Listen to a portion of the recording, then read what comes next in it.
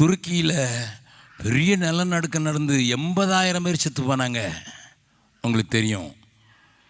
அது எண்ணிக்கை 50,000 சொன்னாங்க, ஆனால் 80,000 பேர் செத்தாங்கன்னுட்டு அங்கே இருக்கிற நண்பர்கள் எனக்கு சொன்னாங்க. 80,000 people were killed. 19 செகண்டில் நடந்த அந்த எர்த்குவேக்கில் 80,000 பேர் செத்து போனாங்க. ஆனால் அதுக்கு பிறகு என்ன நடந்து தெரியுமா?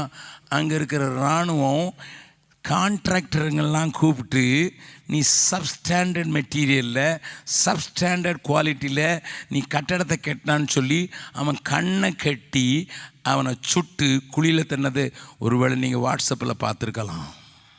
It's a fact. It is a fact.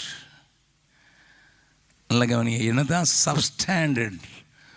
பக்கத்தில் இருக்கவங்க சொல்லுங்கள், பாதாளத்துக்கு தள்ளுறதுக்கு ஒன்றைய கூப்பிடலை, பரலோகத்தில் அனுப்புறதுக்கு கூப்பிட்ருக்காரு.